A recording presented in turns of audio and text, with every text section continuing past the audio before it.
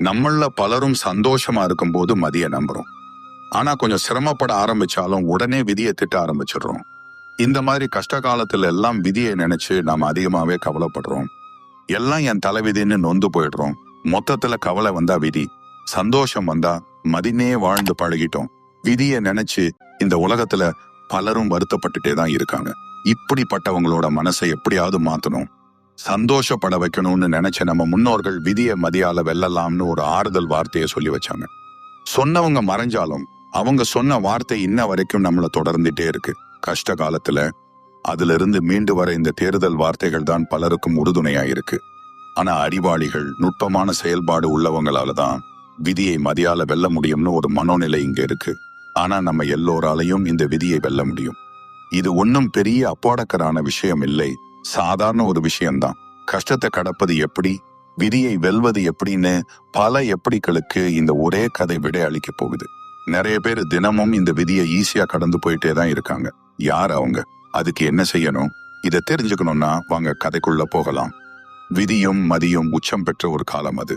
அப்போ அரும்புரையனார் என்ற ஒரு வேதாந்தி நடந்துட்டு இருந்தார். இவருக்கு ஒரு இடத்துல வாழ பிடிக்காது. அதனால தனது சீடர்களோட பல நாடுகளுக்கும் எப்பவும் நடந்து போயிட்டே இருப்பார். இப்படிப்பட்ட ஒரு காலத்துல தான் தெரியாதபுரம் அப்படின்ற ஒரு ஊருக்கு இந்த டீம் வந்து சேர்றாங்க. ஊர் எல்லையில ஒரு விவசாயி மாட்டை பிடிச்சு உழுதுட்டு இருக்கான். பக்கத்துல இருக்கிற தோட்டத்துல எல்லாம் தண்ணி பாய்ச்சறது, களை எடுக்கிறதுன்னு விவசாய வேலையெல்லாம் பரபரப்பா நடந்துட்டே இருந்துச்சு. அரும்புரையனாரையும் அவருடைய சீடர்களையும் யாரும் கண்டுக்கல. இதனால கோபமான தலைமை சீடர் அனழேந்தி அந்த விவசாயியை பார்த்து ஐயா உழவரேன்னு சத்தமாக கூப்பிடுறாரு. இதை கேட்ட அந்த விவசாயியும் அவங்கள திரும்பி பார்க்கிறாரு. அவங்கள கூலி வேலைக்கு வந்தவங்கன்னு நினைச்சிட்டு அடடே இவ்வளவு சீக்கிரம் வந்துட்டீங்களான்னு கேக்குறாரு. இதை கேட்டு அவங்களுக்கு ஒரே ஆச்சரியமா போச்சு. அன்னச்சத்திரம் போறதுக்கு வழி கேட்க கூப்பிட்டா வரவேற்பு பலமா இருக்கேன்னு யோசிக்கிறாங்க. இவங்க யோசிக்கிறத பார்த்து அந்த விவசாயியும் வாங்க வாங்க வயல்ல இறங்கி வேலைய பாருங்கன்னு சொல்றாரு. இதை கேட்ட வேதாந்த கூட்டத்துக்கு கோபம் வருது. அதுல இருந்த கடைநிலை சீடன் எல்லாளன், யோவ் உழவரே, நாங்க வேலைக்கு வரல, தத்துவங்களை பரப்ப வந்திருக்கோம்னு சொல்றான். இதை கேட்ட அந்த விவசாயிக்கு எதுவும் புரியல. என்னது தத்து பித்துன்னு ஏதோ உளறானுங்களேன்னு நினைச்ச அந்த விவசாயி, ஐயா தத்து பித்துக்களே, நீங்க சொல்றது என்னன்னு புரியலன்னு சொல்றான். இதை கேட்ட புதுச்சீடனான களங்கண்டானுக்கு சிரிப்பு பொத்துக்கிட்டு வருது. இதுவரைக்கும் நம்ம குருதான் மத்தவங்களை கேலி பண்ணியிருக்காரு, சாபம் கொடுத்திருக்காரு. இப்போ இந்த விவசாயி ஒருத்தர் சர்வசாதாரணமா நம்ம குருவை கலாய்ச்சி தள்ளுறாருன்னு தன்னை மறந்து சிரிக்கிறான். இவன் சிரிக்கிறத பார்த்த மத்த சீடர்களும் வாய பொத்திக்கிட்டு சிரிக்கிறாங்க. இத பார்த்த அரும்புரையனாருக்கு கோபம் வருது. அந்த சிரிப்பு சீடன் களங்கண்டான் இருக்கான்ல, அவன் பெரிய மனுஷன், ஒருத்தரோட சிபாரிசுல இந்த குழுவுல சேர்ந்திருக்கான். அதனால ஞானியால் அவனை நேரடியாக கண்டிக்க முடியல. இருந்தாலும் இழந்த தன் மரியாதையை மீட்க வேண்டிய கட்டாயம் அவருக்கு ஏற்படுது.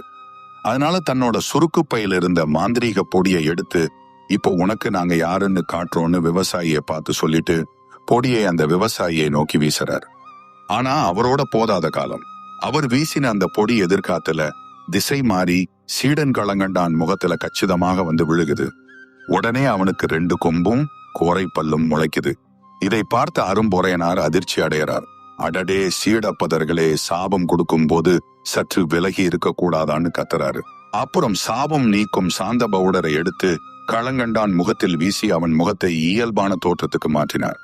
இதை பார்த்த விவசாயியும் அங்க வேலை பார்த்துட்டு இருந்த கூலி ஆட்களும் கைத்தட்டி சிரிக்கிறாங்க. நல்லா கூத்து கட்டுறாங்களேன்னு பாராட்டுறாங்க. இதை கேட்ட ஞானி அரும்புரையனாருக்கு கோபம் தலைக்கு மேலே ஏறி ஆகாயம் வரைக்கும் போகுது. பல நாடுகளை கடந்து வந்து பல அரசர்கள்ட்ட தன்னோட மந்திர தந்திர செயல்களால பேரும் புகழும் பரிசும் வாங்கியிருக்கோம். இப்படி ஒரு விவசாயி சர்வ சாதாரணமா நம்மள கேலி பண்ணிட்டானேன்னு அவருக்கு அப்படி ஒரு கோபம் வருது. ஆகாயத்துக்கு போன அவரோட கோபமும் கீழே இறங்கி வரல.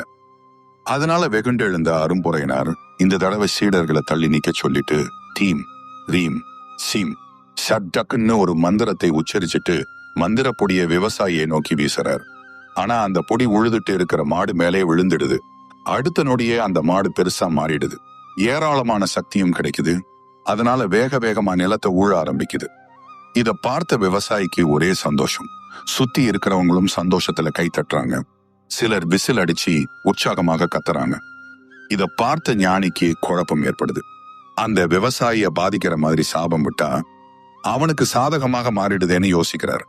அப்புறம் தன் இடுப்பை சுத்தி இருக்கிற சுருக்கு பையிலிருந்து ஒவ்வொரு வண்ணப்பொடியையும் எடுத்து சாபம் கொடுத்தபடி வீசுறார். ஒரு தடவை அவன் வயல்ல இருக்கிற பயிர்கள் எல்லாம் மளமளன்னு பசுமையா வளருது. இன்னொரு தடவை அவங்க வச்சிருந்த உணவு எல்லாம் அறுசுவை விருந்து உணவா மாறுது. அடுத்த தடவை அவங்க போட்டிருந்த ட்ரெஸ் எல்லாம் ஆடம்பரமா மாறுது. இத பார்த்த அந்த கூலி தொழிலாளிகள் எல்லாம், சாமி நிறுத்திடாதீங்க, இன்னும்னு உற்சாகத்துல குதிச்சுட்டே இருக்காங்க. இத பார்த்த ஞானிக்கு ஒன்னும் புரியல. டேய், உங்களுக்கு சாபம் கொடுத்துட்டே இருக்கேன்டா, அது தெரியாம இன்னும்னு கேட்டுட்டு இருக்கீங்களேடான்னு நினைக்கிறார். இடுப்பை சுத்தி கட்டி இருந்த சுருக்கு பையில இருந்த மந்திர பொடி எல்லாம் தீர்ந்திடுது. பரவாயில்லன்னு பைக்குள்ள கையை விட்டு வழிச்சு எடுக்கிறார். அப்போ பையோட உட்பக்க துணி தான் வெளியில வந்து தலைய தொங்க போட்டுட்டு நிக்குது. இத பார்த்து அவருக்கு அடுத்து என்ன செய்யறதுன்னு தெரியல. எவ்வளவு தேசத்துக்கு போய் என்னோட சக்திகளை காட்டி எல்லோரையும் பிரமிக்க வச்சிருக்கேன், இன்னைக்கு எப்படி ஆயிடுச்சு. சுத்தி நின்னுட்டு இருந்த சீடைங்க வேற கெக்கேபிக்கேன்னு பல்ல காட்டிட்டே இருக்கானுங்க. இது அவருக்கு தன்மான பிரச்சனையா வேற மாறிடுது. இனி எப்படி இவங்க தன்னை குருவாக நினைப்பாங்க, தன்னோட பேச்ச கேட்பாங்கன்னு கலங்கி நிக்கிறார். எவ்வளவு பெரிய ஞானி நான், என்னோட சக்தி எல்லாம் இப்படி நேர்மாறா செயல்படுதே, என்ன ஆச்சு எனக்குன்னு சோர்ந்து போயிடுறாரு. தன்னோட குருவான கற்பூர மதியன்னு நினைக்கிறாரு. அப்போ அவர் மனக்கண்ணுல அந்த குரு சொன்ன விஷயம் ஞாபகத்துக்கு வருது. அதாவது, எப்பவாவது உன்னோட சக்தி வேலை செய்யாம போனாலும், நேர்மறை மாறினாலும் இந்த ஞானமாய மீட்பு வழிபாடு செய். அப்போதான் உனக்கு ஏன் நம்ம சக்தி வேலை செய்யல, எதிராடி எவ்வளவு சக்தி வாய்ந்தவன்னு தெரியும்னு அவர் சொன்னது ஞாபகத்துக்கு வருது. அதனால கண்ணை மூடி சக்தி மீட்பு மந்திரங்களை உச்சரிக்க ஆரம்பிக்கிறார். அப்போது அவரோட ஞான கண்ணுல ஒரு ஒளிப்பிழம்பு தெரியுது. தொடர்ந்து அசரீரியா ஒரு குரலும் அவருக்கு கேக்குது.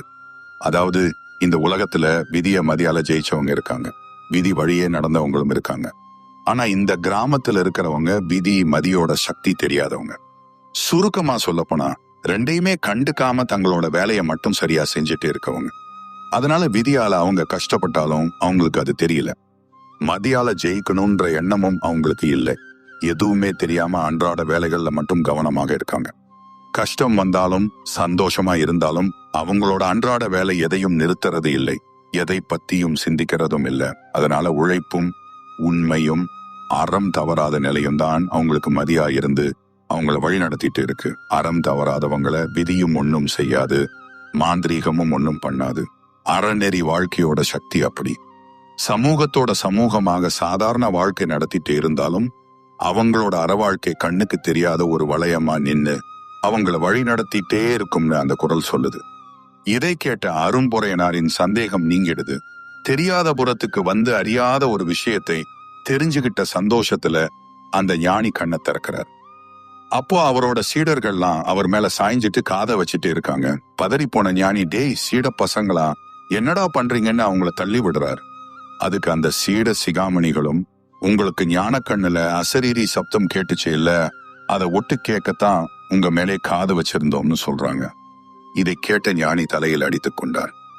என்ன நண்பர்களே, விதியை மதியால மாத்தலாமா இல்லையான்னு வாதம் பண்றதை விட நம்ம பரபரன்னு அன்றாட வேலைய பார்த்திட்டு இருந்தாலே விதி தலை தெறிக்க ஓடி போயிடும். நம்மளையும் அறியாம பலரும் இப்படித்தான் வாழ்ந்துட்டு இருக்கோம். இதத்தான் நாளும் கோளும் நலிந்தோர்க்கு இல்லைன்னு பெரியவங்க சொல்லியிருக்காங்க. நம்ம வேலைய பரபரன்னு பார்த்திட்டு இருந்தாலே கட்டமும் வேலை செய்யாது, கலங்கவும் தேவையில்லை. நம்ம சேனலை பாக்குறவங்களுக்கு ஒரு விழிப்புணர்வு ஏற்படுத்துற மாதிரி ஒரு வீடியோ பின்னிணைப்பா வருது, அதையும் கேளுங்க. இதோட தலைப்பு நடப்பது எப்படி. தலைப்பை பார்த்ததும் இதெல்லாம் ஒரு விஷயமானு உங்களுக்கு கேட்க தோணும். ஆனா ஸ்கிப் பண்ணாம பாருங்க. நம்மள பாதி பேர் இவ்வளவு நாளும் ரோட்ல தப்பாவே நடந்துட்டு இருக்கிறது உங்களுக்கு தெரியுமா? வாங்க அது என்னன்னு பார்க்கலாம். சாலையை கடக்கிறதுக்குன்னு ஒரு விதி இருக்கு. அது என்னன்னா, சீக்கிரமாகவும் குறுகிய தூரத்திலையும் கடக்கிறது தான் நடப்பதற்கான விதி. இதுக்காகத்தான் ரோட்ல நேர்க்குத்தா 90 டிகிரி கோணத்துல ஜீப்ரா கிராசிங் லைன் போட்டு இருப்பாங்க. ஆனா நம்ம சாலையை இவ்வளோ ஷார்ப்பாலாம் கடக்கிறது இல்ல. திருச்சியில ஒருத்தர் சாலையை கடக்க ஆரம்பிச்சா மெட்ராஸ்ல தான் அந்த சாலையோட அடுத்த ஓரத்துக்கே போவாரு. அவ்வளவு சாய்வான கோணத்துல கடந்து போயிட்டு இருப்பாரு. இதனால் விபத்து, நெரிசல் உள்ளிட்ட பிரச்சனைகள் அதிகம் ஏற்படுது. அதனால கேட்க வெற்ற கத்தி மாதிரி நேரா சாலையை கடந்து போங்க. அதெல்லாம் எனக்கு தெரியாது, எனக்கு புரியற மாதிரி நச்சுன்னு 2 வரியில சொல்லுங்கன்னு கேட்டீங்கன்னா இதுதான் பதில். அதாவது, நீங்க ரோட்டை கடக்கிறப்போ அதிவேகத்துல ஒரு ட்ரக் வந்தா எப்படி கிராஸ் பண்ணுவீங்க? எஸ், அதுதான் இந்த குட்டி வீடியோவோட சாராம்சம். நேராய் நடப்போம், விரைவாய் கடப்போம். இந்த விழிப்புணர்வு வீடியோ பிடிச்சிருந்தா லைக் பண்ணுங்க, ஷேர் பண்ணுங்க, உங்க கருத்தை கமெண்ட் பாக்ஸ்ல சொல்லுங்க. நம்ம ஸ்டோரி பென்ஸ் ஒரு மாய இருக்கை. ஒரு தடவை சப்ஸ்கிரைப் பண்ணீங்கன்னா கதையா கொட்டிட்டே இருக்கும். நகைச்சுவை, அறிவியல், புராணம், சமூகம்னு கலந்து கட்டி கதைகளா வந்துட்டு இருக்கும். கண்ணு மூடி இதையெல்லாம் அமைதியா கேளுங்க, ரசிங்க, கவலைய மறங்க. Okay bye.